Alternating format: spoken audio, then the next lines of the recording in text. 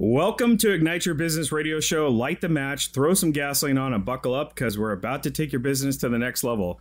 I'm your host, Josh Wilhelm.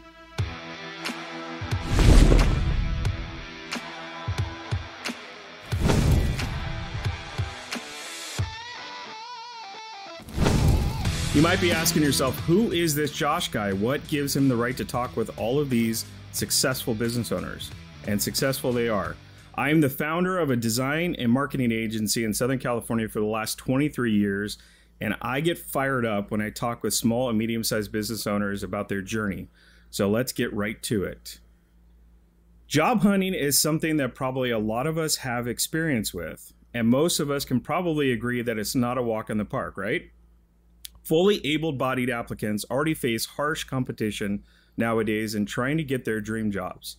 Now imagine what it's like for aspiring employees who face personal health obstacles such as being deaf or hearing impaired.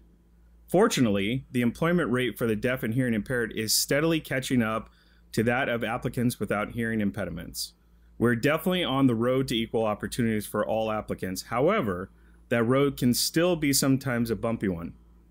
According to a recent study conducted by the NDC National Deaf Center back in 2019, deaf applicants, even when hired, are more likely to experience pay inequality and underemployment. With the aforementioned increase in competition in the job battle arena, employment firms have grown in popularity. A lot of able-bodied applicants seek help from these organizations to get hired. So it should not come as a surprise that agencies who specialize in assisting hearing impaired job hunters have also popped up. Deaf Ability Resource offers the assistance that deaf and hearing impaired applicants need in order to prepare for employment and get hired. Being headed by someone who has exceptional leadership and strategic vision with a broad knowledge of deaf culture, American Sign Language, and a business of providing employment and supportive services to persons with disabilities, Deaf Ability Resource has been helping applicants take their future into their own hands with Deaf Ability Resource's guidance. With their guidance from preparing candidates up to retention services after they're hired, DAR has certainly become a success with the leadership of today's guest. The Ignite Your Business radio show is very blessed and humbled to have the opportunity to introduce today's guest, Darla Kim. Darla, it's a great pleasure to have you on the show with us today. Welcome. Thank you so much, Josh. One of the things I want to say immediately is that we don't use the phrase hearing impaired at all. Because It's not an impairment. It's not an impairment. It's an identity.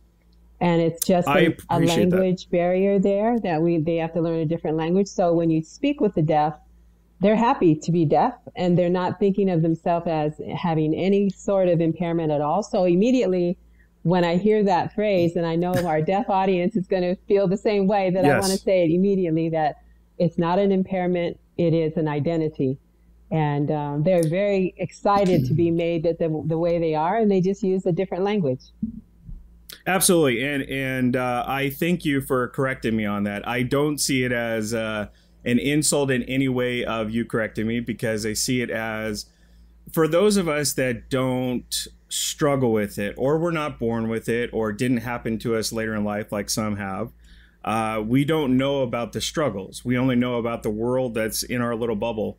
And so oftentimes, I see it that a lot of people out there it's not that they're intentionally being insensitive, right? A lot of time it's just the lack of understanding or lack of education in some cases where they don't understand. And they're genuinely, they want to be respectful of all. That's right. And it can be how we were raised, how we were taught, what, terminology we were taught. So again, I appreciate you pointing that out, and thank you for helping me be better educated in this area. That's the very reason we're having you on today. I'm happy to do it. And it's just an awareness part. It is that thing of, I am a hearing person, but I have a deaf heart, and I really love that population. And so when there's any way that I can show that awareness or give an understanding better of how they are perceived, it really helps me to be able to use that voice. So I'm thankful that you take that well, but I wanted to say it right away because I could just hear my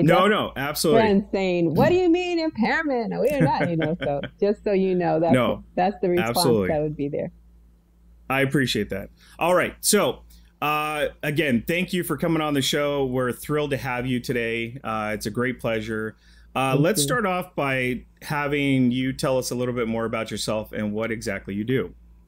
So I'm the CEO of Deaf Ability Resource, and what we do is provide everything having to do with employment, whether it be employment readiness, for them to get placed in a competitive integrated employment, which means that they are in any kind of job that anybody else would get. We help them to do onboarding, orientation, job coaching if they need that, to have a little bit more assistance while they're learning their job duties. Anything having to do with that. We have pre-employment services as well. And it's just one of those things that if it has to do with employment, that's what we do. So we have an understanding. It's called Deaf Ability Resource because our focus is on the ability, not any disability. We don't only serve the deaf. As we have grown and other people have learned that we do our services very well, they've asked us to also help their clients who are not hearing, having a hearing issue, so they will have other kinds of disabilities. So we've also started serving the general public, but our focus is on the deaf. And so deaf and hard of hearing is our main clientele. We have a certification through the state of California and a contract with the state. So we're under the Department of Rehabilitation, and all of our clients come from the Department of Rehabilitation. So it's kind of a baseline way of getting referrals. And then because of that, we have a steady flow of referrals that come in. And if anybody that's on the outside of Department of Rehabilitation, they would have to be kind of reverse referred into Department of Rehabilitation, and then they get referred to us. So it works out really well. It's a great partnership. That's great. So at the very beginning of all of this, you rightfully and again, thankfully corrected me on the terminology of disabilities. Yes. If someone out there were, having a conversation and knowing now that that's a no-no, that you need to stay away from that word. What word would you replace with that, or inform others to say, replace it with this from now on, kind of ingrain it into your mind that anytime you're about to, it's probably a bad habit for a lot of us to reference it as a disability. Right. But what would be the word that you would recommend in replacing? Always remember that they're people. So the first thing you say is person. So it's person who is deaf, person who is blind, person who uses a wheelchair, person who has cerebral palsy. So we focus on the person first. And then if it was once they do that, they're already acknowledged and they're honored and they feel that they've been valued because they're a person just like anybody else. And so if you say person who's deaf, that's perfect. Okay, awesome. All right. Well, we're curious to know about, how you got into a business of providing supportive services and helping people that are deaf find employment. And now, as you said, you also are helping those even outside of just the niche of the deaf community and those looking for job opportunities. But what made you go into this in particular? I think for me, I have a thing about justice and equality and everything being fair. And I would see things that to me seemed like it was unfair. Why was not the opportunity provided to anybody? Why did it only provided to people who did not have a disability or some kind of way of barrier to be able to do that kind of work? And I would be thinking, this is not fair. I learned later on when I did my core values training that my core values are integrity, justice, and forgiveness. And so in that, I learned that justice is very strong in me, very strong. I have to see something fair. And so when I was younger, I had a kind of a traumatic event that kept me to be very quiet. And through American Sign Language, I was able to use another voice that I had that I didn't realize that would help me to be able to express myself when I was told not to talk about that situation in voice. But my signing was able to bring out a voice that I felt good that I could finally be free and say that I could use it. So in that way, I turned that to where their voice that they don't have, I can be that voice. I'm a very good voice. And If I believe in something, I'm going to sell it. Nobody says no. I sell it all the way to the end. So in that Sure. way, I use that voice. And so my talking voice helps their nonverbal communication in order for it to be emphasizing that it's got to be fair. It's got to be Sure. just as many opportunities for them as anybody else. I really appreciate you sharing that, and we won't dive into the situation that you were referencing, but I appreciate you touching on that, because I think for a lot of us, especially I think back in the day, it wasn't as common, and it certainly was kind of more frowned upon for people to be more open about feelings, especially. You kind of see the traditional roles back in the day with the dads, the fathers, the husbands that weren't really sharing a whole lot and bottling a lot in. And obviously we as a society have come a long way in being a lot more accepting and open of sharing of feelings, opening up. And it's interesting to hear that you used another form of communication and a language to actually be able to not have to bottle that up inside, be able to get it out in a very healing way, because we know now that many generations later and in society today, we know that it's healthy to get that stuff out. It's not good to hold on to that, because it will actually have physical impact on you in more ways than we even can imagine. So I appreciate you sharing that story for you, and that how you were able to use even American Sign Language as a means of not only therapy probably in some ways for yourself, but also it then became that probably catalyst that brought you towards this now career path in enterprise that you really built up for yourself. So Thank you for that. And I really love that language is more than voice. It's a compounded language.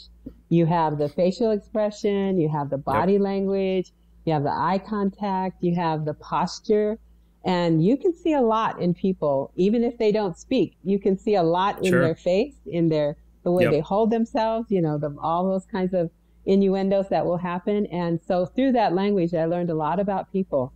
And I learned a lot of just intense way of getting inside of someone and building that great relationship. And if I do have a way to speak in front of people, that will be something that I use, because when I see their body language, and I see the way they're receiving information, and I see the way that they're hungry for what I'm saying, I will turn my focus to that subject because they're so hungry for it. But I wouldn't know that before, because it was not something that I learned, but I learned it through American Sign Language. And I just love it. When I would be teased because the person I learned it from would say things like, "You like him," or "You don't like her." And I'd be like, don't tell anybody. What are you talking about? But I would say, "How do you know that?"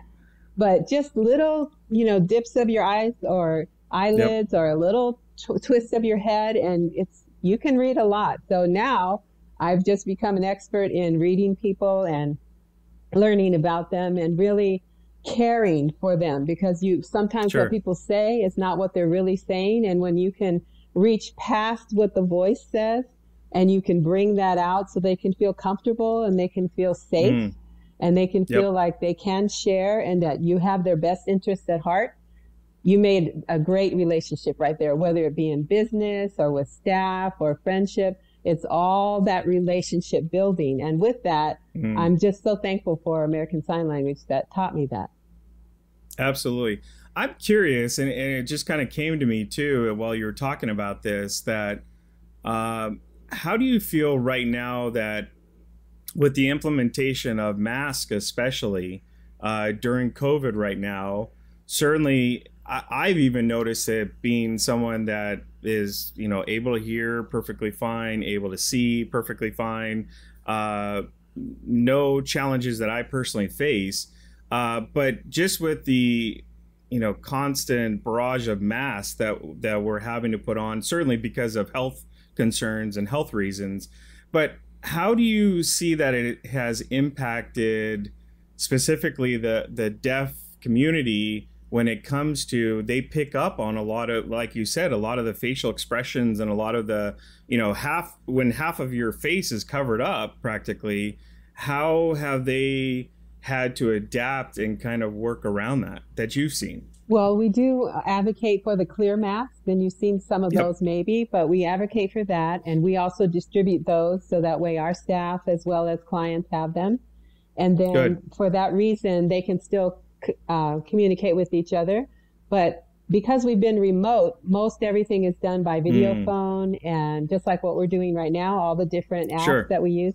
So they haven't had to use the mask for that reason. But when they're out in the public, they notice it a lot. And they will even put on their mask saying, I'm deaf, because they want to make sure that people realize they have to be able to understand their lip reading, or they need to sign. And it's not something that they can do with the mask covering their face. Sure. Yeah. Well, and I think it's important to point out, too, kind of almost as a public service announcement. I know there is a big trend, and has been for a while since COVID early on hit, that people are getting the custom mask, with different prints and things like that. It's important to understand that we've seen a lot of them. And I haven't seen any that say, that I'm deaf or anything like that. But it's also probably important to point out for people to be careful about what, you're choosing as your print, because it's not a game for those that actually are in need to communicate to others, in some form of common communication out to the general world that, hey, I can't, I have a hard time hearing, or I can't hear you at all. Right. So, you have to be aware of that. So right. I appreciate you sharing that. All that awareness part is important. Absolutely. So we already know that your organization, DAR, assists and prepares candidates for employment. However, you mentioned that DAR also offers other supportive services. I'd love for you to share with us what those other supportive services are. So we have something called personal vocational social adjustment, and that is a pre-employment service that gives them to be ready for employment. So they might learn time management, how to use the bus, what it means to be in the world of work. I mean, one of the things that they're coming out of a different world into a world of work. And so the world of work has its own language, it has its own expectation, it has its own policy, procedure, that's very unfamiliar to the deaf.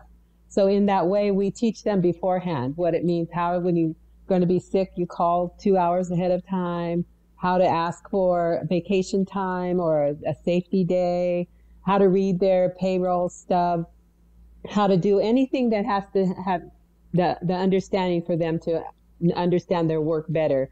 How to even ask for a promotion, how to find out if there are any other job opportunities, how to work in the time when they have staff meetings. Because another thing that will happen is they will not bring an interpreter in for a staff meeting. They'll just say, oh, it's not important, or you don't need to know that. It's basically nothing. We'll tell you later. So they don't have to, the employer doesn't have to have the cost of bringing in an interpreter, which we advocate for those people to be able to be in the same staff meeting as anybody else, the same training as anybody else.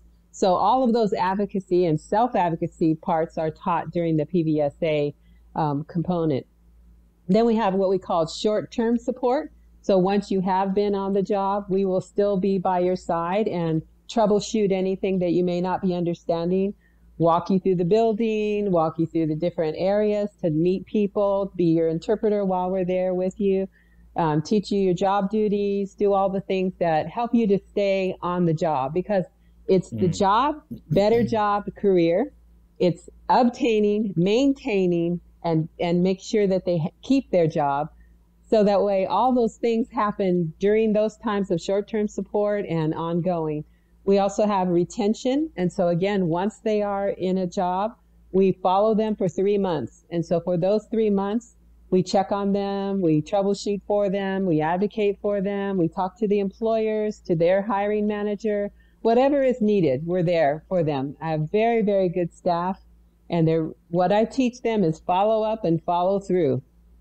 That is major for us. You have to follow up, but you have to follow through. Yeah. And so if they follow up and follow through, we know for sure that those people will stay on their job through their probationary period, which is our goal for them to stay on that long.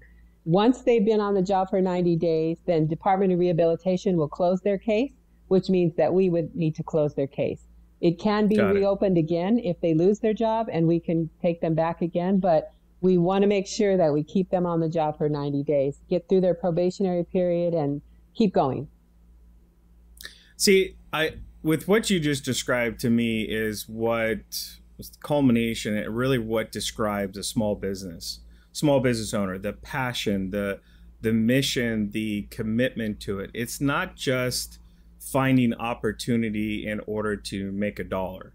That's right. It's really having meaning behind it, and not only having meaning behind it, but seeing it all the way through and having the care and compassion in your heart to see it all the way through. Because, sure, we kind of taking the human component out of it for a second, and you could just look at it from a, transactional standpoint and say, well, we got you the job, best of luck to you, pat on the back, and, right, go get them. But you take it a step further and say, no, we're going to see this through. We're going to make sure that you are on the road to success. That's right. And that you have always someone in your corner. Should you have questions, should you have problems, anything like that, not only that's in your corner, but also that understands and has, I see it as you've described it as kind of you being the bridge between, certainly the employer and the person being the candidate, that, you're doing a little bit on both sides. You're helping educate certainly the employer that, like myself, starting off this whole segment, not realizing what could be offensive or, taken the wrong way, and not done intentionally, just not knowing anything different. Right. So helping kind of bridge that side of it, but also too, what's interesting, I picked up on that you said that it didn't really dawn on me until you said it, was that you also probably, just like there's kind of that old way of thinking maybe for the way we were raised or the way we were taught, and that is carried on not only for anyone that does not have the lack of hearing or struggling with that, also too on the side of those that do, that are completely deaf, those that are have only a small percentage of hearing, whatever it is, that they too probably have been raised in an environment with that old thinking. And so they don't even realize what they're capable sometimes of doing and accomplishing. So they too also need to be taught in some ways to say, no, you can do whatever you want to do. That's right. And the technology is here. Everything's here at your fingertips to be able to make that happen. So that's the best very thing. Interesting. The best thing that's happened for us is technology, because of the video phones and all the different ways on the phone, all the different apps and all the different things that can happen. I mean, it's changed over the years. I've been doing this, of course, 35 years. So for me to see this advancement in technology, it's been a boom for us, because employers get that and they understand that they can use that. They can text each other. They can open up a video phone and get an interpreter. Yep. They can do so much that we were not able to do when I was younger. And so in that way, I'm just excited about the advancement in technology and what is possible. And we talk about that. What can you do? Yeah. What can you do? It's not about what you cannot do. What can you do? That is the major thing to keep on in their mind, because some have been sheltered. Their family has protected them. Sure. And sometimes they don't come to us until after the parents start realizing this person is getting a little bit older. We're not going to be here forever. He needs to get a job, or she needs to get a job. So they come to us, even they're thinking that they're in their 30s, but they're actually in their teens to understand the world of work. So we have to transform that way of thinking, so that they understand that they can. It's not about what they cannot do. It's not about staying at home and playing video games and having your mom fix your meals. But what are you going to do? Where's your self-sufficiency? Yeah. Where's your independency? And we talk like that all the time. And I'm kind of like the eagle's nest mom. When it's time, you're going to get kicked out of the nest, because it is. I'm going to make it so uncomfortable for you that you want to fly, but I want you to fly. And they do fly. And so in that way, we have a really good success rate. With the Department of Rehabilitation was expecting a 20% return on placement, and we're at 65% placement. Wow. So that's they're incredible. Very excited. That's why other counselors said, what about our people? What about our clients? And I said, sure, bring them in. Let's see what we can do. And so we've expanded because of that. That's an an astonishing accomplishment, to say the least. I mean, that is really incredible. So you should be very proud, which I know you are. But sometimes when you're in the thick of it as us business owners, we forget sometimes of really what we have accomplished. You know, because we're in it day in and day out, that it quickly, and it's those little things. Sometimes it's the clients, it's the, the business that you're staffing someone for that ends up coming back saying, hey, thank you. And it reminds you like, oh, yes. Okay. That's right. This is why I'm doing all the time. These are people that are in their hands. This is not numbers. We don't go by the numbers. Yep. I always tell them, you take care of the people, the numbers will take care of themselves. And that happens all the time. So when they have these lives placed into their hands, it's very crucial for them to realize this is a person. This is not a number. This is not a goal. This is not for the business to have performance measures and all that. Those are going to happen. I already know because I've, again, been doing it so long that there's no question. But each life is precious and each life means something. And to make those changes in those lives and to see them be able to go off on their own, it's an amazing experience for all of the staff. But of course for me too, because I want to see it be successful. So we are just getting revved up with Darla Kim, so don't go anywhere. When we come back from the short break, we're going to talk about what it's like to market a program like Deaf Ability Resource.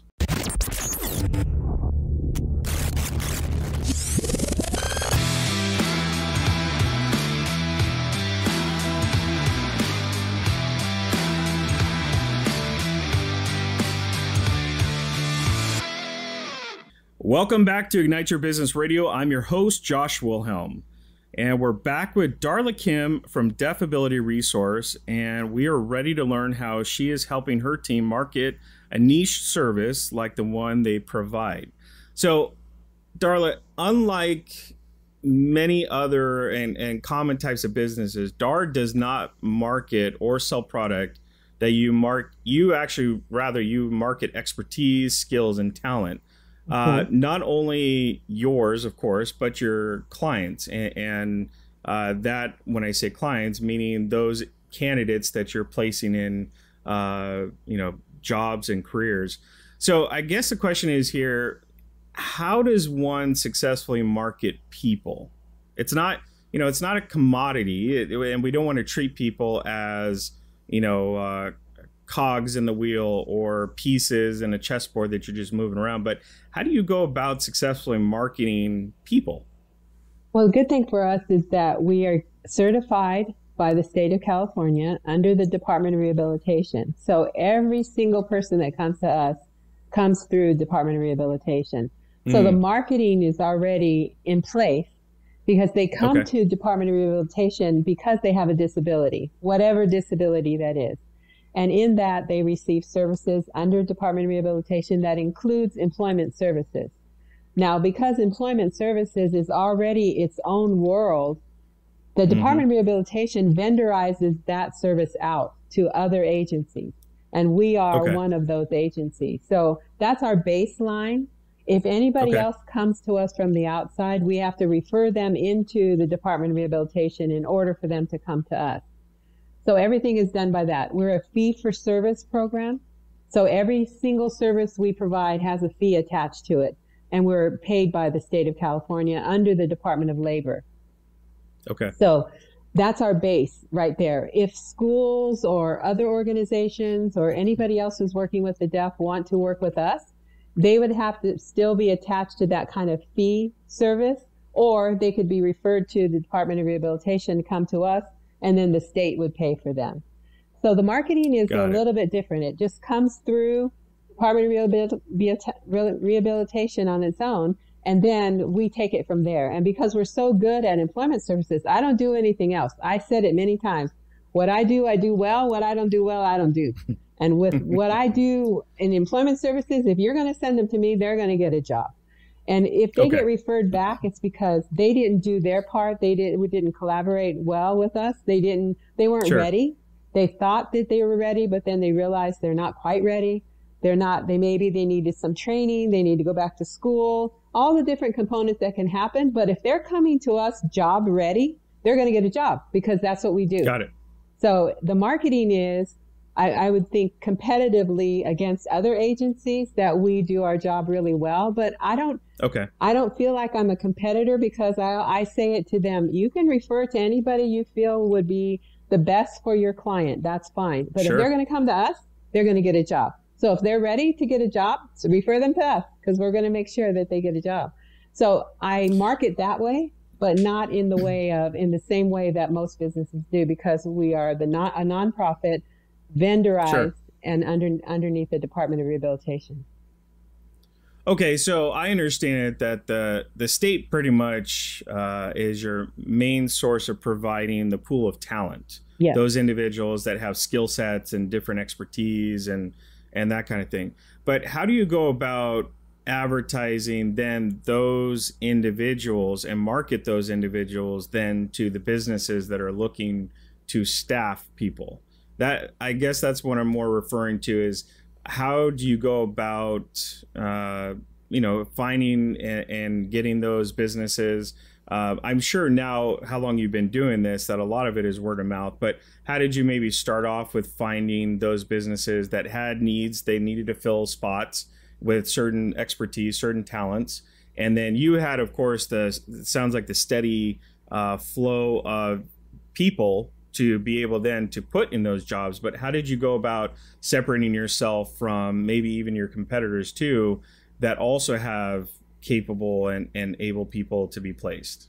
I think for us, it's that relationship building component is really important. And because I've been in community service forever, that I think having those stable relationships down through the line, when I got put in this position, when I very first started doing this work, I did it for another nonprofit, and I worked this in Southern California, and I worked for them for 15 years.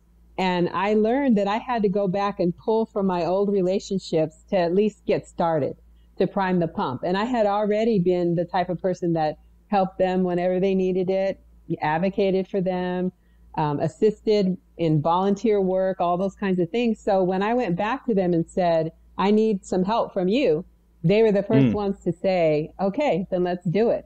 And so I had the vice president came down from that organization to see me in my office, and she said, what do you do differently? Because we noticed that you have exceeded your goals, and most of our employees say that this is too difficult as people have a disability or they have all these barriers. I mean, I had murder one and kidnapping, and I mean, I had people on my caseload that I was like, okay, I definitely have to call in my chips because I needed to make sure that I was going to help them to get placed. I had one gentleman who's deaf as well, and I said, and he was in prison for attempted murder, and I said, did you do that?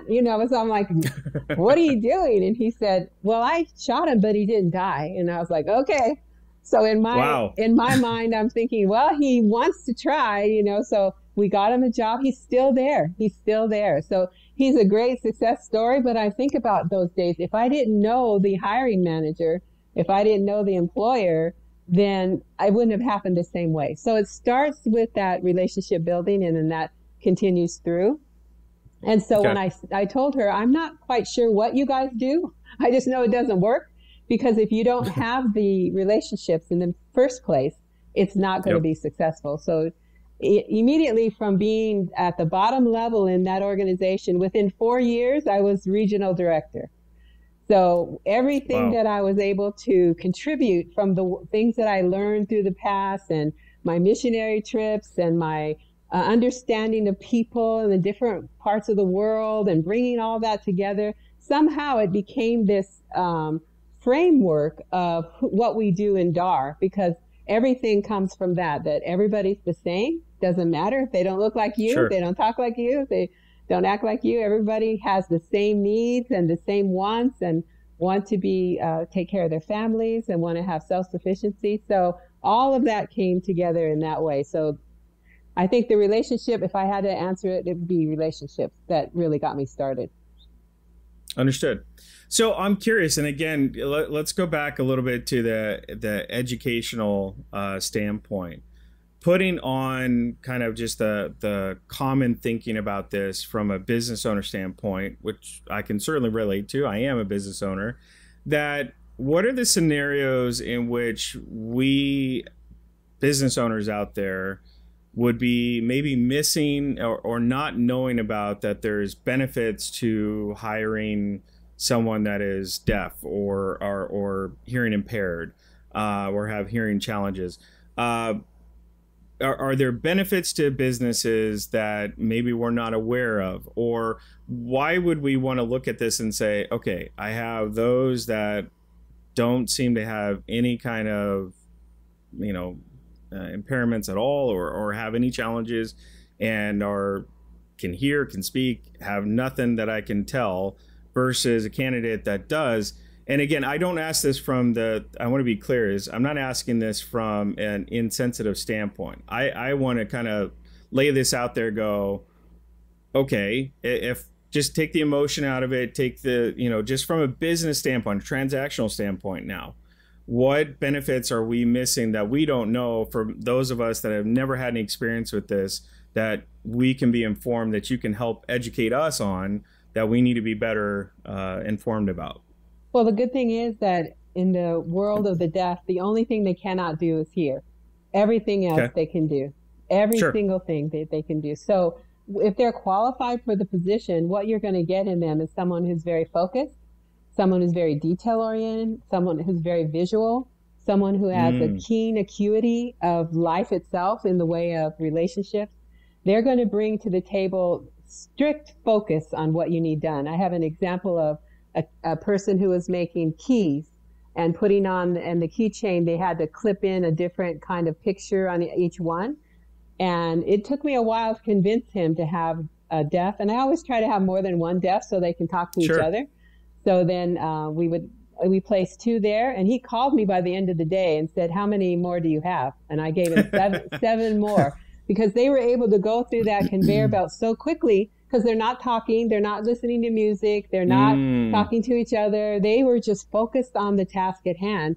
And he asked me for 7 more people. So we placed 9 people at that organization because they were able to show how visually that they could get things done without distraction. They would have to stop to talk, but they wanted to get the work done. So I think you'll find that they can do anything, of course. And what will bring the awareness to your organization is a whole different language, a very interesting language, a compounded language. You'll find people that are just like, in the same way of loving and having families and being the same. And I think it enlarges the perspective of people to be able to know that everybody is different. It doesn't matter. It doesn't matter if we're different. It just embrace that difference and enjoy the similarities, but embrace that difference. But for an employer, they're going to get a qualified candidate if they're coming through us. So whatever the job duties are, they'll be able to meet those job duties. It's not a hand up. It's not charity. It is about them being qualified for that position. I mean, we have people, college graduates and dentists and doctors, and all the way from janitors all the way up. So it's not just for, okay, I want somebody with a disability, let me help them. No, they're going to benefit your organization. Absolutely. I'm glad I asked that question, because I had it in my notes and I'm like, I don't know, this might be one of those ones that it's like comes across as insensitive. But I'm so glad I asked that question, because instantly, as soon as you started going to the answer, I'm like, I never would have thought of that. That wouldn't have even crossed my mind for a second, but makes complete sense. I mean, as you said, even earlier on when we were talking about just some of the challenges that are faced right now with COVID and the mask and facial expressions, I've always understood that those that have maybe what the rest of us all that don't have these challenges see as disabilities, when obviously, as you've informed us, are not disabilities.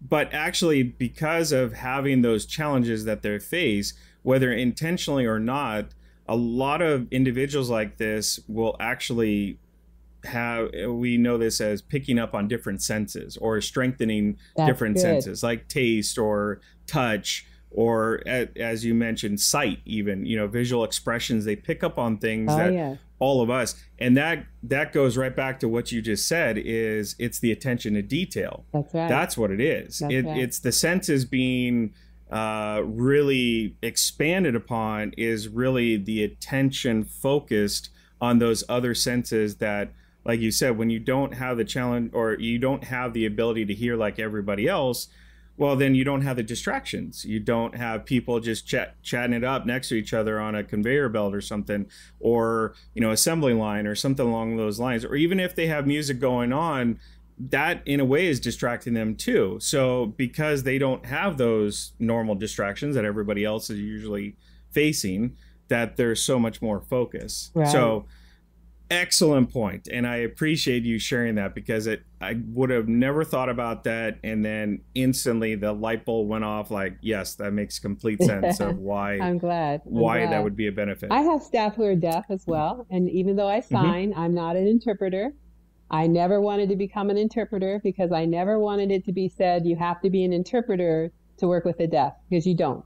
You can sign, you can learn sign conversationally and all the good things, you know. And so when an employer asks me, how do you work with the deaf if you're not an interpreter? Immediately I got them, because I have all those answers.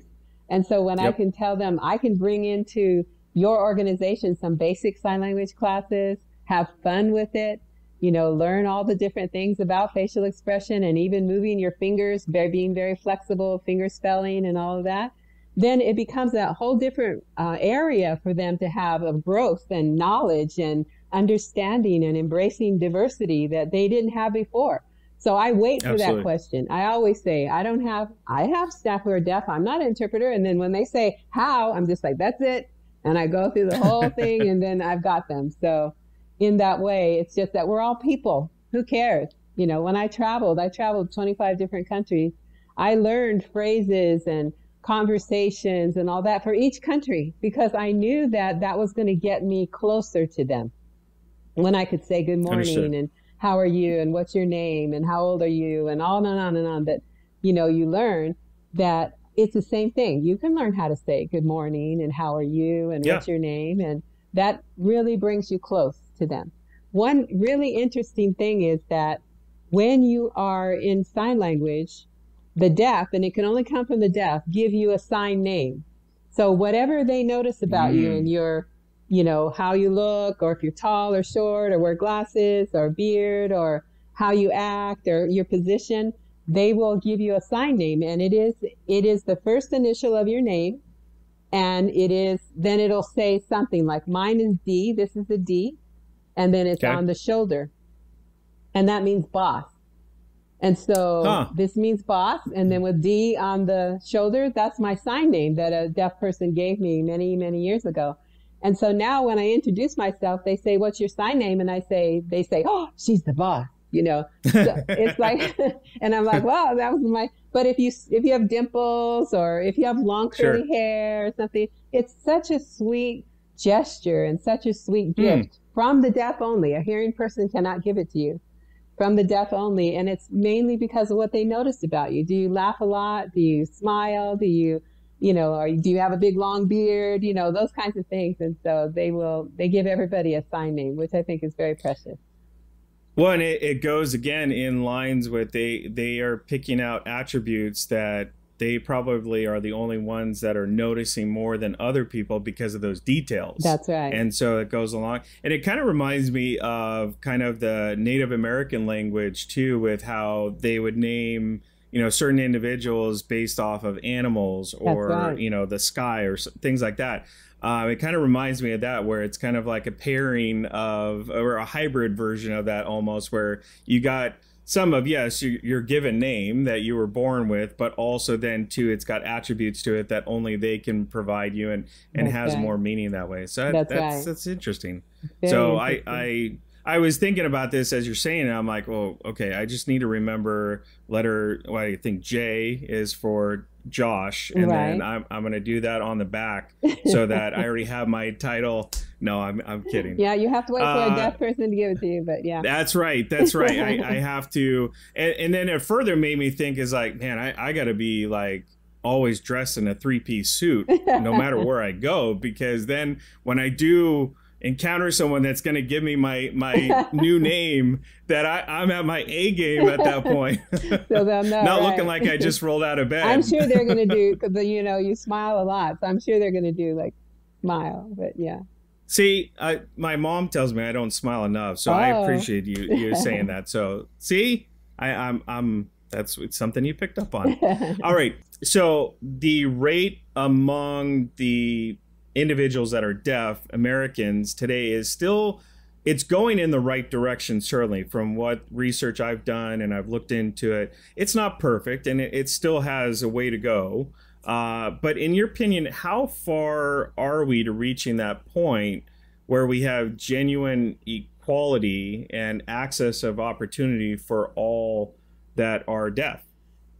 I think we still have a ways to go. I still think the awareness factor just needs to be there. And I think part of where we are in our organization is getting to that awareness side. And we've already more than proven what we can do as far as placing people, but we're not known as much as we should be. There's not that awareness that needs to be out there. So my position for 2021 is to do more of what we're doing today, as well as doing some speaking engagements and working with some employers that we already know in their staff meetings and in their staff trainings and all of that to bring that awareness, because we have some really great employers. Like our number one employer is Amazon, and that's a logistics, industry. Yeah. But in that way, there's still not enough awareness in other organizations that could be for us. So I think we still have a long way to go.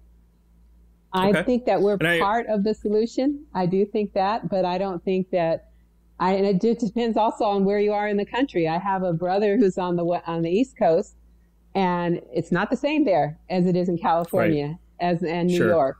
So California and New York kind of run the rest of the country as far as this kind of thing goes. And so in that way, I feel like I'm in a whole different world in California. When I go out of it, immediately there's the hearing impairment, or the deaf mute sometimes will be said, and you're just going, where have you been? But in that way, it's just California is so different. So I'm thankful to be here, but we definitely need to make it go nationwide and more. Sure. Different countries, the same thing. Yeah, and I want to point out too, because I think it's important to say this, and that is, I appreciate you, and I can understand why, because just as you serve as a capacity of running your business and your organization, being the leader of it, you are naturally the bridge between that of the companies that are hiring as well as those candidates as well. But I appreciate in conversations like this that the understanding too of not, oftentimes, like I pointed out before, I'm a firm believer that a lot of people don't come into conversations or even situations intending to offend anyone. No, right. I think a lot of us have a compassionate heart, and we're trying to be as understanding and caring as possible.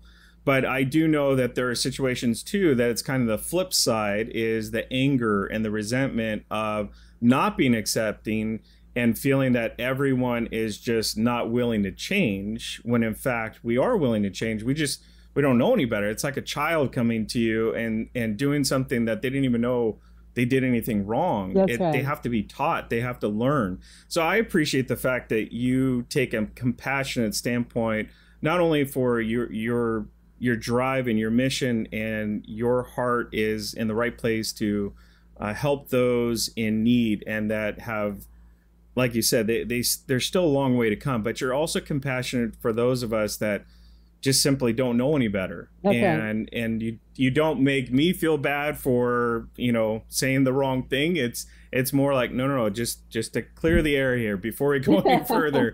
just so you're aware. I just want you to be aware. That's right. And I appreciate that, because it's an educational standpoint, and it helps us even further embrace the change in all of us when we have that compassionate. I mean, think of it from a child scenario. You do something wrong, and as a child, you go to your parent, you didn't know you did anything wrong, and then you just get blasted for doing something wrong.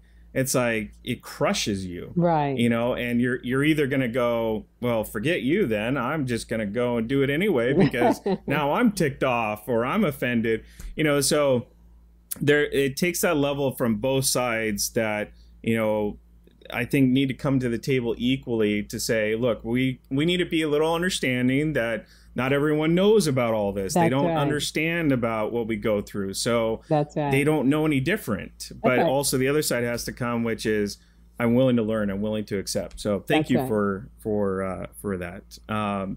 So I'm curious, are there still instances where some of your clients experience discrimination because of their own obstacles that they face with being deaf? Do you see and do you hear of instances where they're being discriminated, even in the workplace? Even let's say that the employer is willing to accept them in, but maybe it's their colleagues, maybe it's who they're working alongside that maybe is not as willing to accept them. Yes, we've had some instances where even the interpreter will come into the interview, and as soon as the employer sees that there's an interpreter coming, because we don't say anybody's deaf, they are qualified for this position. So we don't tell them they're deaf. And they come in with their interpreter and they will be rejected from the interview. Wow. And that's been a major, of course, I'm the first one on the phone afterwards to advocate for them, and that is discrimination. And do they understand the ADA and all those kinds of things? But, sometimes people will then make another excuse of, well, we already filled the position. And so you can't, they can get around it in a way of, that we know it has been discrimination, but at the same time, we will advocate. And they know if they've got DAR behind them, they have a team behind them that's going to advocate for them. So they'll think twice. And many times I've even gone into the interview myself, even though I'm not an interpreter, with permission from the person who, they know I'm a signer, but I'm not an interpreter, because of that reason. I want to make sure that I can advocate for them while I'm interpreting for them. Because I'm not an interpreter, so I'm not held to that code of ethics. So I fight for those guys, and to get them on the job. We had one instance where a young woman was in a domestic violence situation. Her husband was hearing, she was deaf. They had 2 children, and when she went to court, because she was deaf, he was given the children, and she was not, even though he was the abuser. So of course we fought for her. Got her a job. Well, the court said it was because she didn't have work, and that was the main reason. But you could feel the discrimination in the air. Even when she would answer a question, they would say things like, it shouldn't take this long to answer the question, but she's being interpreted for. So we fought for her. She got a job and got her kids back. I mean, she's a really good success story. That's awesome. Got out of that situation, and we fought for her all the way through the courts and just said, whatever we can do, we're going to be there. I had one young lady she's actually was a staff member of mine now, but before then, she was looking for work, and I was talking to the employer, and I could hear his sensibility that he'd never had anybody deaf before, but he thought, well, let's try it, kind of thing. So I went with her to her interview, even though we still brought an interpreter, because I wanted to make sure she had an interpreter. I just wanted to encourage her. And then when I was in the lobby and we had a bunch of people there that were also applying for different jobs, I was giving them notes on what to do once they get in the interview, because it just is a natural thing to just teach, make sure you answer this, make sure you're going to be a benefit to the organization. Don't have any excuses. You're flexible, those kinds of things. So he was watching me from the outside. I didn't know that because I was just there. I had only talked to him on the phone. And so when he brought her in, he said, come on in with her. And I said, oh, no, I'm not the interpreter. I'm just here to support. He said, no, come on in. And when we talked in our room, he mostly talked to me, even though she was being interviewed.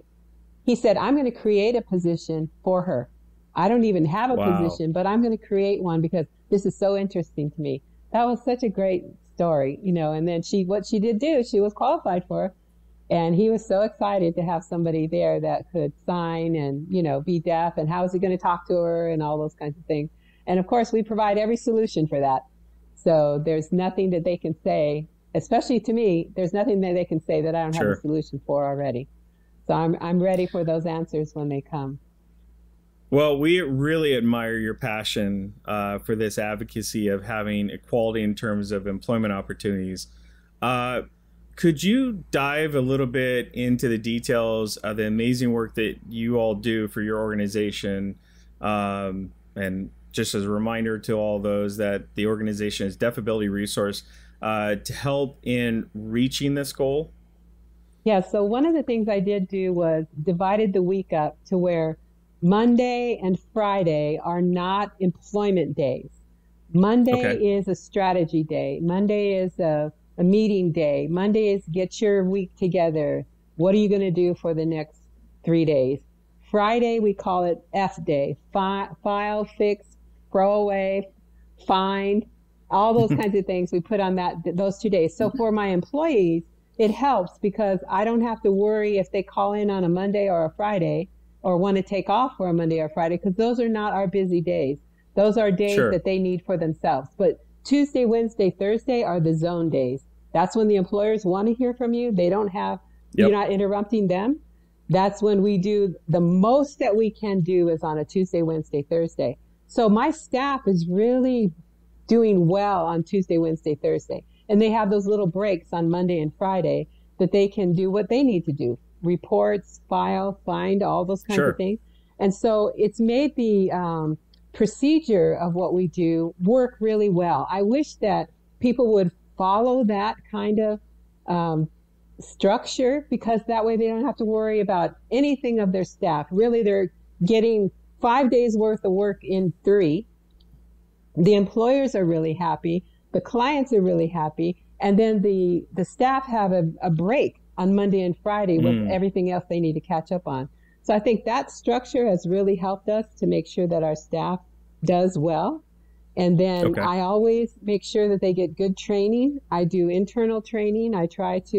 We have mandatory training that we have to have for certification. But then on top of that, I do the follow-through training and what it means to be a leader, what it means to lead by example, and time management, all those kinds of things to let them know that this is really important. This is going to make you a better person, not just a better staff member, but a better person.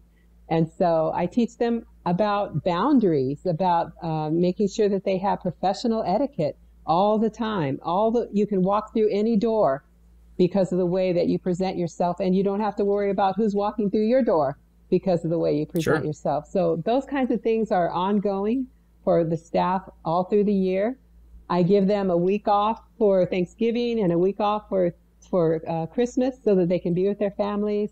I pay them well. I treat them well, and I don't have any turnover, 0 turnover, because they're just great. They are just a great bunch of people, and a lot of them are deaf, but some are not, and some who are deaf also speak sign language and Spanish, which helps us.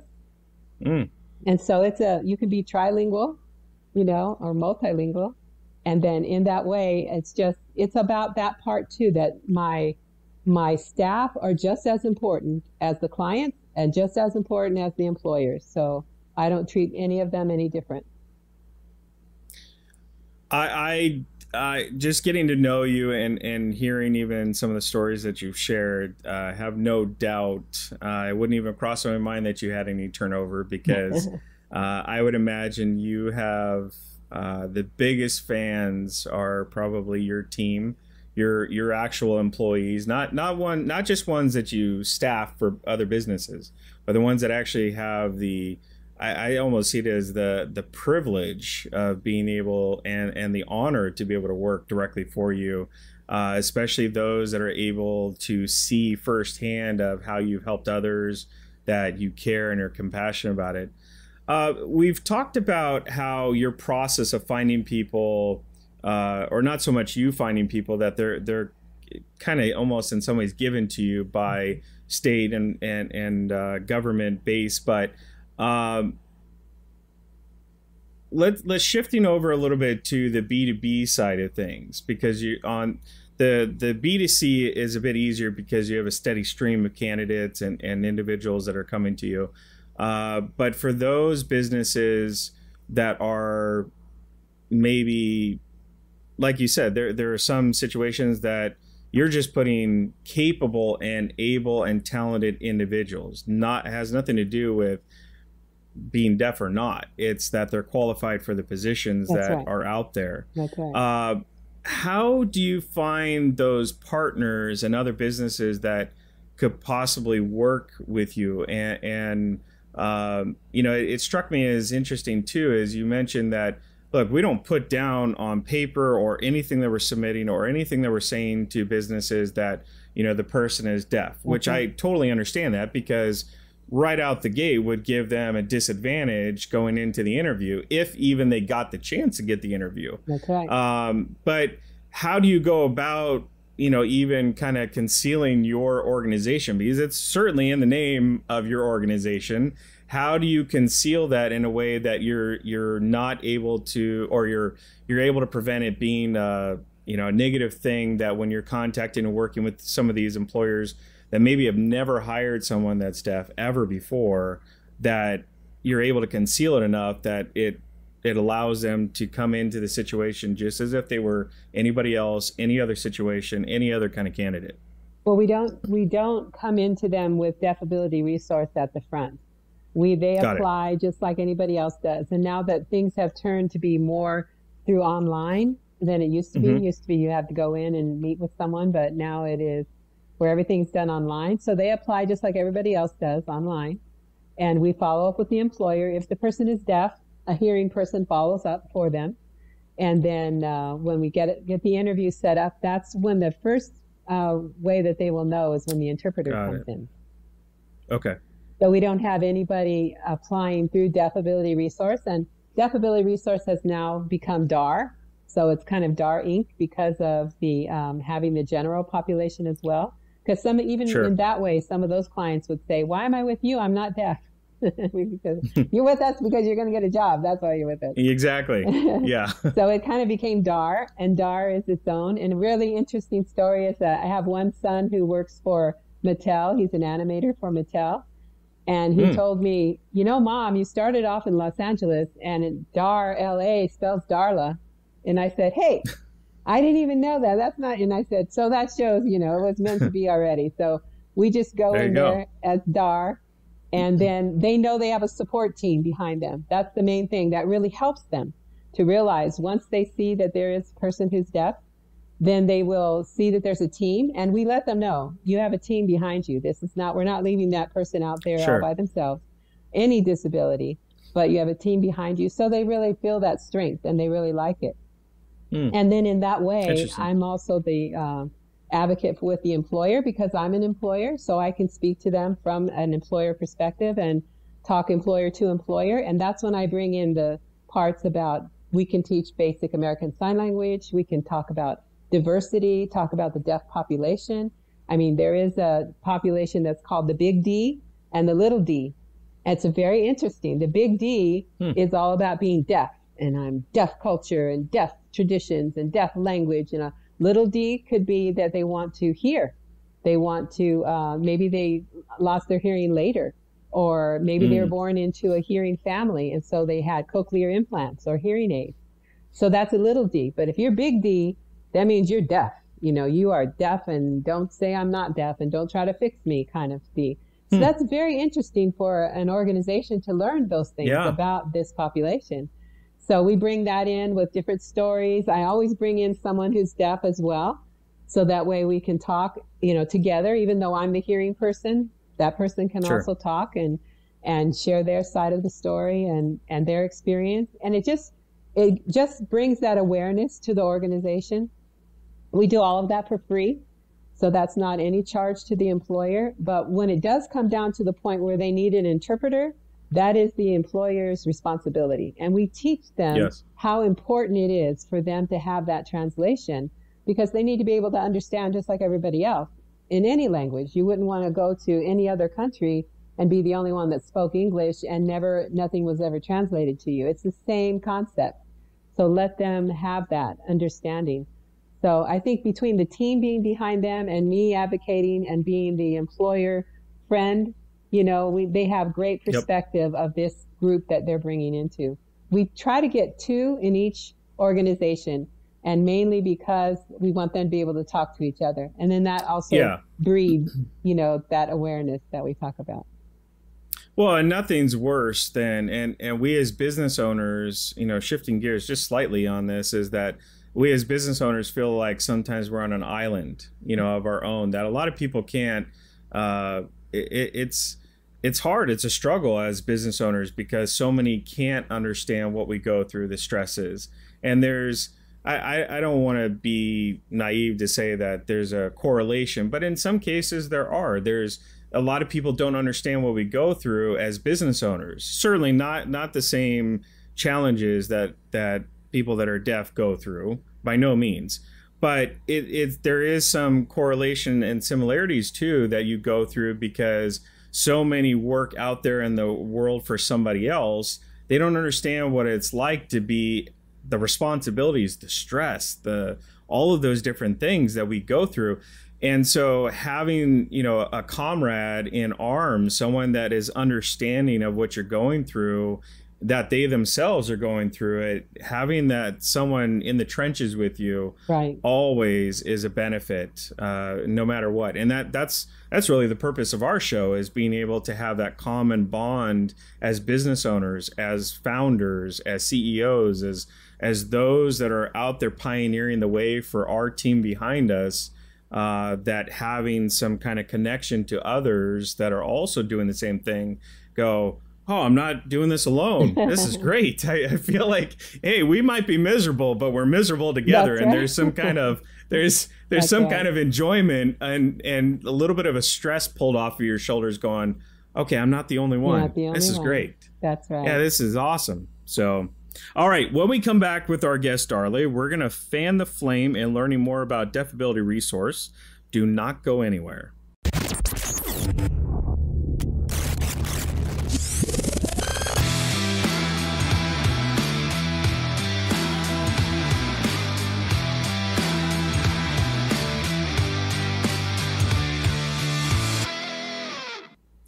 And we're back with Darla Kim from Deafability Resource. Darla, we've mostly talked about DAR, how it helps applicants get to their target destination, which is employment, obviously.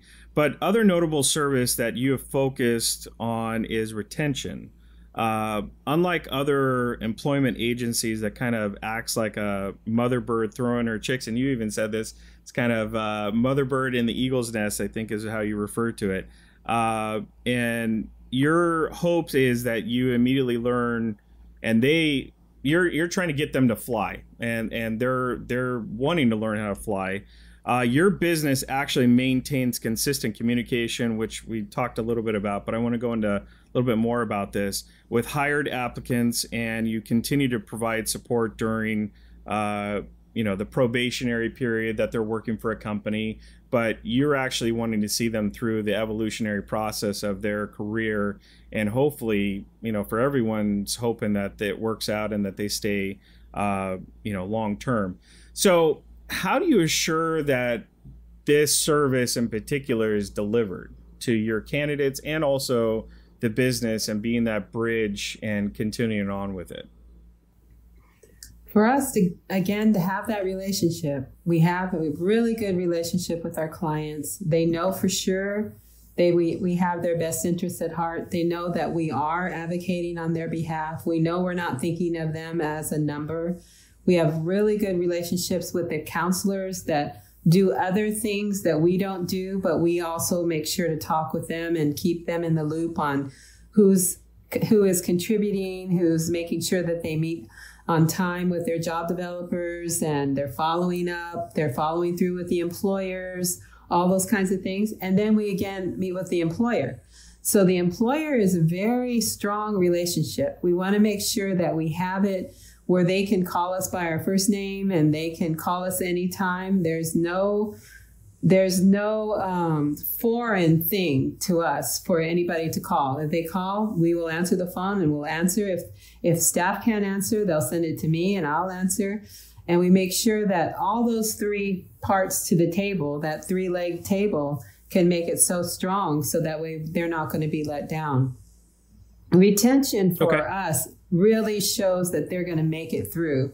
And so they get approached and called, and the first day, the first week, and then twice a month after that.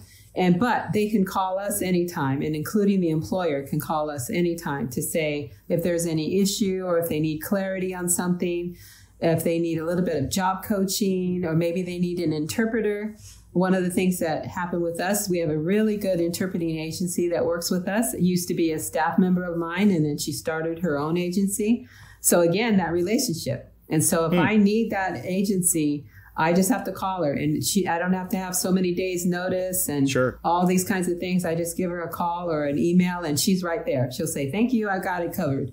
And so in that way, if I didn't have that strong relationship, that wouldn't happen. And if an employer has to wait, especially for an interpreter, other things can happen to where they don't want to take the time. So all of those components together are built on solid relationships. Understood. So we know, and I want you to put your CEO hat on, your founder, your president, whatever title that you boss, as you were called and referenced in your name. We all know that any business venture isn't all rainbows and sunshine. As we talked about, and I kind of hinted before the commercial break, is that, you know, we as business owners feel like we live on an island sometimes, and we have the highs, we have the lows. And not that I like to focus on the negative, but it's also being realistic. There are struggles, you know, there's the rainbows, and then there's the dark clouds when it comes to being a business owner. Challenges are bound to occur. You know, that's just part of nature. That's part of being human. That's part of life in general. But what obstacles have you encountered so far with your business, and how did you overcome them? For us, at the very beginning, we did not realize that when you send in an invoice for the service that you provided that has the fee attached to it, we didn't realize that it could be 30, 60, 90, 180 before you got paid. And we're just like, what? You're supposed to get paid tomorrow, you know?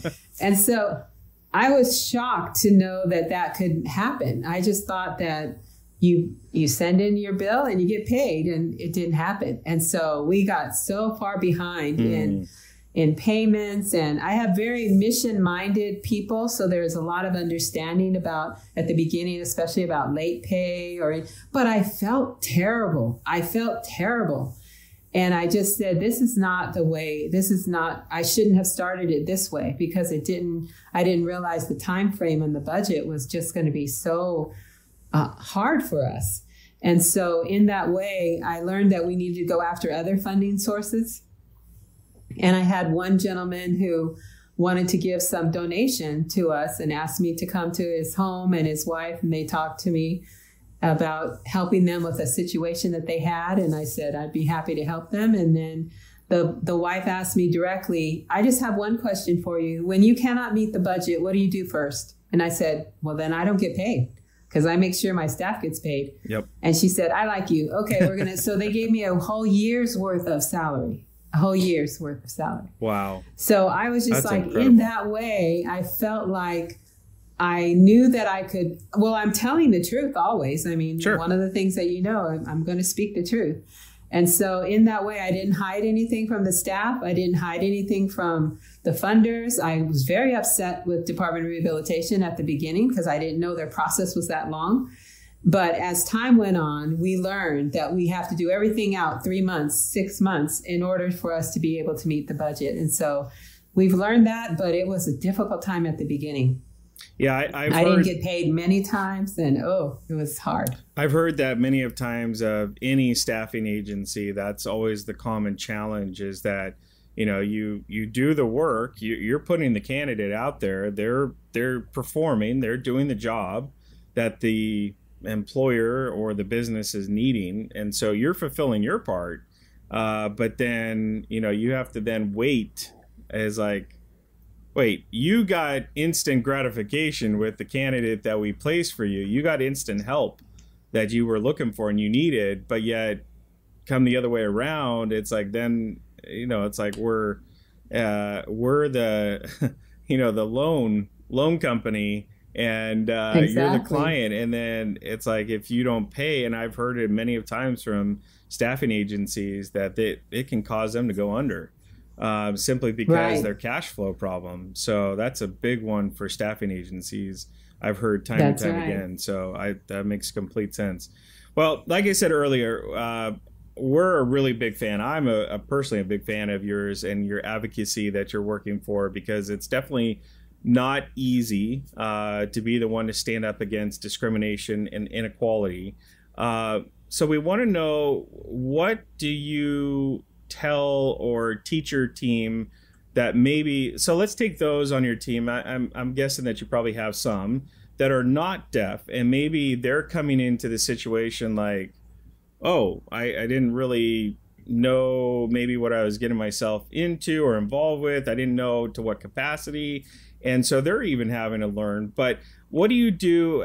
How do you go about telling and teaching them, encouraging them and motivating them to continue delivering the excellent work you're doing at your organization of DAR? I think a lot of it comes with that training that we talked about, in the way that I give on hands-on training to everybody.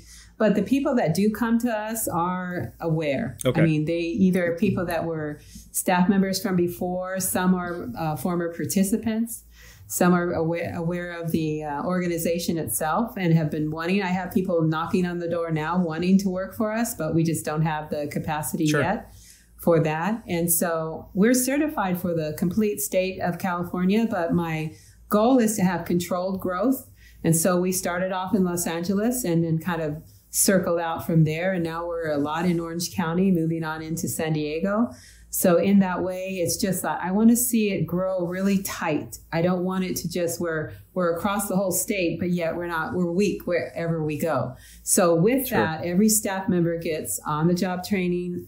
They have staff development training. They talk to each other. One of my staff members who also speaks Spanish, she went back to school and is in deaf studies at CSUN. And so in that way, I have another graduate from CSUN, which has a great deaf studies program there. And she's my program manager. And the people who are working with the general population, they are learning, of course, about the deaf. We have gifts that we give away. One of them is called the calendar, a calendar, but it's calendar.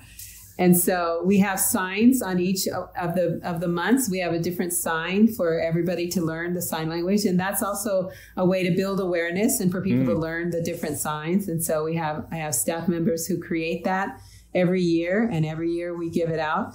And then it's all done with kids. So that way people can realize that you don't have to be an adult to learn these things, because if kids know it, then kids are, you should be able to learn it if kids can learn it. Sure. And so we call the kids darlings, of course, and then I said, that's enough, too much dar in there. And someone said, you're darn right. That was enough. And so I thought, we have to make sure it doesn't go too dar weird.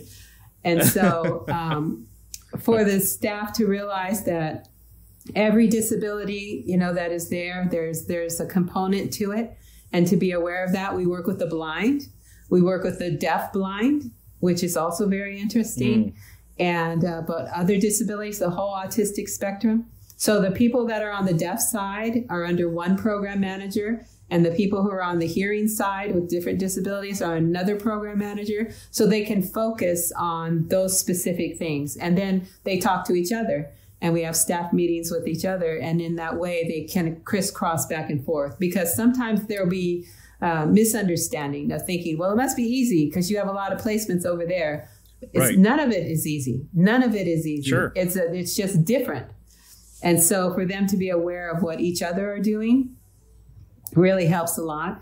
And then I have a nursing background, so I have an understanding of disabilities in that way. Sure. So I'm able to bring that to the table to let them know what to expect and how to be trained in that, what to be aware of, what the culture is like, that kind of thing. So it's just a great team together, just putting their input and blending back and forth and realizing that no one knows everything, but we can all learn from each other. Absolutely. Yeah, I've always looked at, especially staffing agencies as unique, because it's not that you're just kind of helping one particular category of business, being B2C or B2B, staffing agency, you're really dealing with both sides of it. You're dealing with the B2C, which is the talent. That's the consumer side. So that's the, Right. people that are looking for placement. They're looking for jobs. And then you've also got then the other side of it, which is the B2B side, which is you're providing a service to other businesses that are looking for talent. They're looking for candidates. And so it's a very unique world that you live in because you've got both. Most businesses out there serve one or the other. They either deal with the business to business side or they deal with the business to consumer side. There's not a lot of them. I mean, arguably you could say that restaurants deal with both, but really at the heart of it, they're dealing with the consumer market. That's for the most part. Yeah, you might have a service built within a restaurant that's doing catering for businesses, but really yours is one of those unique ones that has a foot in both worlds. So how do you balance these two different types of clients that truly rely on one another in order for the business to succeed, but yet, they're so vastly different? The business owner thinks one way, the candidate thinks another, and it's just a natural kind of I don't know if you call it pecking order, but it's just a natural way of being. You've got the business owner thinks one way, thinks numbers, thinks about profit. Also, of course, keeping in mind humans, and they employ people, and they are helping other families from those that are working for them and with them. So how do you go about that to help those two worlds be successful, not only individually, but also working together, in harmony, really? I think, again, I put the people that have that strength in that position. And I have the strength of the relationships with employers for sure. And being an employer as well, I think that just that commonality and that understanding and all those things, I put myself out there. I'm very much a working CEO. I can delegate fine. Sure. But I like what I do. I mean, it's become more of who I am than what I do. And so I'll be the first one to say, I'll be there. I'm the first one to be there. I'll be there. And then my program managers are the same way. I mean, they're clones of me. One is deaf and one is not, but he speaks Spanish. And so in that way, what they do on their own, I don't have to worry about. So they're taking care of the consumers, and the clients are being taken care of. The follow through that we talked about, they're so good at that. Yep. And the young lady that I have who's deaf, she also speaks Spanish, so she's trilingual. She's just loves the deaf world. I mean, she's big D. She's in the deaf world. She's big D, and so in that way, she takes care of that side, and she will be on that video phone, and she works even when she's off hours, she works. So I think having people with that kind of strength, I know how to let go of what I need to let go. I don't want it to be Darla's world. You know what I mean? Yep. I wish that I could have my finger on every single part of it, but I cannot. So I learned the difference between giving up and letting go. And I just let go and let them do what they do best and have their input, have their expertise, and let me watch what they do. I have a really good compliance coordinator who keeps us in compliance, which is really important. And I don't ever have to worry about it. That's the best thing about my organization, is there are no worries, because they trust me with all their heart, and I trust them too. And I know what they are doing. They're putting their hands to it. Yeah, it's interesting, and something that you said that kind of popped up to me is that, again, kind of educating those that maybe are small business owners listening that maybe don't have a full team. Maybe they're still in the one-person band still. They're the Dick Van Dyke of Mary Poppins, where they've got the cymbals going on in one knee, and they got the harmonica that's hooked up to their mouth, and every time they walk it hits the drum, and they're the epitome of the one person band. That the concept of having people that you can delegate things to, and those that are even not business owners all take that as like, oh yeah, that would be a great life. You just get to sit back as the owner of the business when you get to that stage, and you just let everyone run everything for you, and you just sit back eating bonbons all day and watch TV. It's like, no. Majority of business owners, the whole reason that they're bringing individuals on to help them out is certainly because the obvious is they can't do everything they will run themselves into the grave earlier than they ever wanted and their family ever wanted. There's only so much time in a day. You can only handle so much work as one individual. Not just that basic, but really it's the goal for us business owners to bring on team is to get to work back on the things that we love, the things that That's right. Really at the heart of it is why we did this even to begin with. I mean, some that don't run businesses and have never owned a business think that it's all glory days and you get to create your own schedule and you bring in as much money as you want. It's like, no. There is a lot of work behind this. There is a huge amount of work. And I think I haven't met a business owner so far that hasn't agreed with the statement, which is you at a certain point will question if it's even worth it. Like, is doing all of this really worth it? And you quickly get snapped back into reality, which is, no, I'm, especially for you, you've got a cause, you've got a mission behind it, and you're helping those out. Just like for our business as an agency, the reason we do it is we don't want people continually getting burned by other agencies out there and just getting taken advantage of and just buying things that because they're convinced to do so when it's never going to help them out. Our whole purpose is to help businesses out. That's why we do the show. Our passion is to educate on just a different way, but we're educating business owners and giving them inspiration that you can do it. But I always find it interesting, and that part of what you said brought that back up was you don't bring on staff as a business owner to just allow you to kick back and do nothing. You bring staff on not only to help you, of course, with the workload, but it's also so that you can then spend more time focused on what you're truly passionate about and what you're really good at. We all have to serve early days of business being that one person band, doing accounting, doing hiring, doing HR, doing all these different things that really, if we had probably known it, arguably most of us probably wouldn't have jumped into doing our own business. It's not until later that you're like forced to have to do it.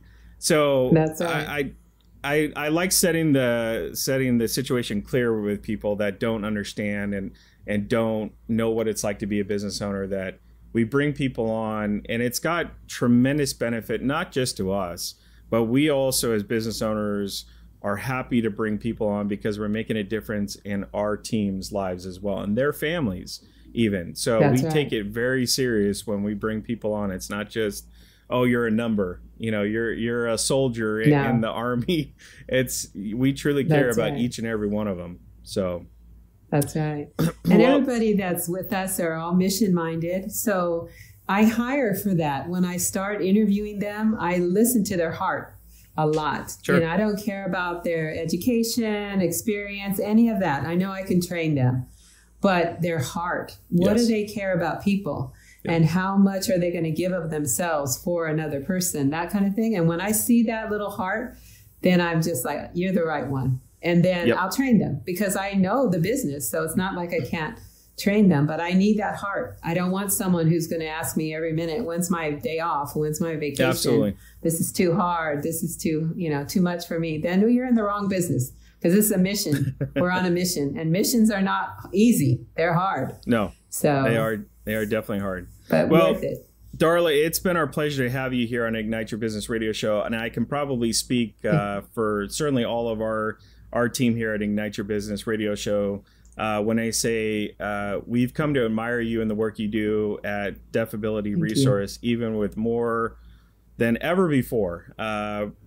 Previous to this conversation, we have even so much more respect for you and what you're doing. Not only what we've learned about you, but also your mission and your passion in your business. So thank you for that. But before we go, I do have a couple of burning questions for you. Yes. You mentioned in your bio at DAR's website that you've served internationally as a missionary to 25, not just one, not just two, not just 10, but 25 different countries, which is just impressive all on its own. Was your experience as a missionary part of the main motivation behind your business? I think so, because I noticed that I still pull from those days, in in the way that I learned so much. That was over a 10-year period from age 19 to 29. Okay. So, because when I turned 29, I wanted to get married and have children. So from 19 to 29, I learned about a global view of the world and about different cultures and languages and people and traditions and foods, and loved all of them. I could have adopted every child I ever met from every orphanage and under those things. And so in that way, when I noticed that what they would do is kind of drop you off in the middle of nowhere, you had to see what the need was. You had to find the resources. Who are the movers and shakers? Who are the decision makers? So I'm doing that now.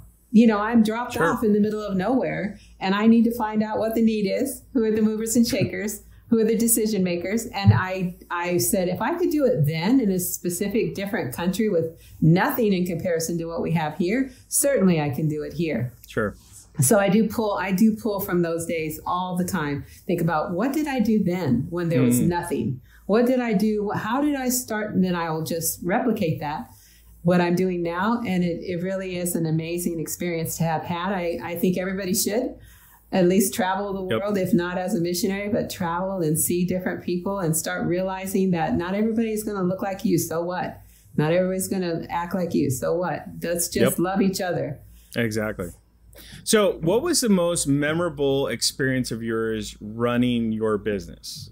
And I know you've been doing this a little while now, and I'm sure there are numerous stories that you can pull from. But with me asking this question to you, just what kind of comes to your mind as being one of those most memorable experiences? It could be something that is so far distance of all the rest. It's like, oh, that's a no-brainer. I know that one right off the top of my head.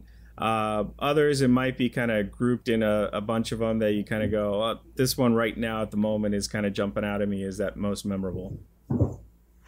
Well, I had an experience just recently, even though I have had hundreds and hundreds, but it hit me so hard because I was in front of a gentleman who had lost his sight. And he's also from a different country, and he was losing it over time. And from the country that he was from, it was a shame for him to not be able to take care of his family and not be able to be there for his wife. And she's actually in the process of leaving him. They were divorced because of him losing his sight. And it's like I had to stop the intake and just start talking about life itself and, how important somebody is to be here, whether sight or hearing or just, how just his life was so important. And he's not defined by his disability.